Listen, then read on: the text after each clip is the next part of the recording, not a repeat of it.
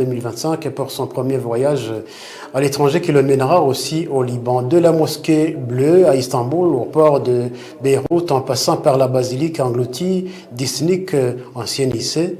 Voici 5 lieux symboliques qu'il va visiter lors de son premier voyage à l'étranger en Turquie et au Liban, à l'occasion du 1700 ce centième anniversaire du premier concile de Nicée.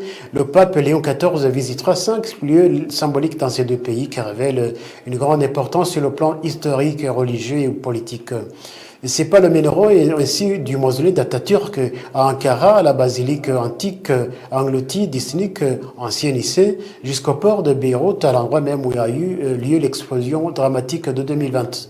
En allant en Turquie et au Liban, le pape Léon XIV a choisi de placer son premier voyage apostolique sous le signe de l'œcuménisme en se rendant notamment à Iznik, ex-Nicée, là où près de 300 évêques de tout l'Empire romain se sont réunis en 325 après Jésus-Christ afin de résoudre des questions doctrinales majeures et d'établir le credo que nous avons aujourd'hui. Le Saint-Père montre sa volonté d'œuvrer à l'unité des églises chrétiennes.